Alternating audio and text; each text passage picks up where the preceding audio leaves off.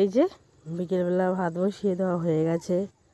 আজকের আমাদের চারিপাশেরটা বিকেলবেলা কতটা সুন্দর লাগে সেটাই তোমাদের দেখাবো। এই যে মাঠে কিছু কিছু লোক এখন ধান বাঁধছে, কতটা সুন্দর লাগছে শুধু দেখো।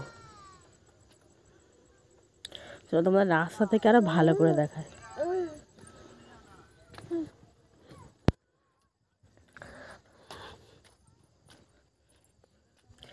এই দেখো খুবই মনোরম সুন্দর, আমাদের এই ফাঁকা রাস্তাটা সত্যি অসাধারণ সুন্দর।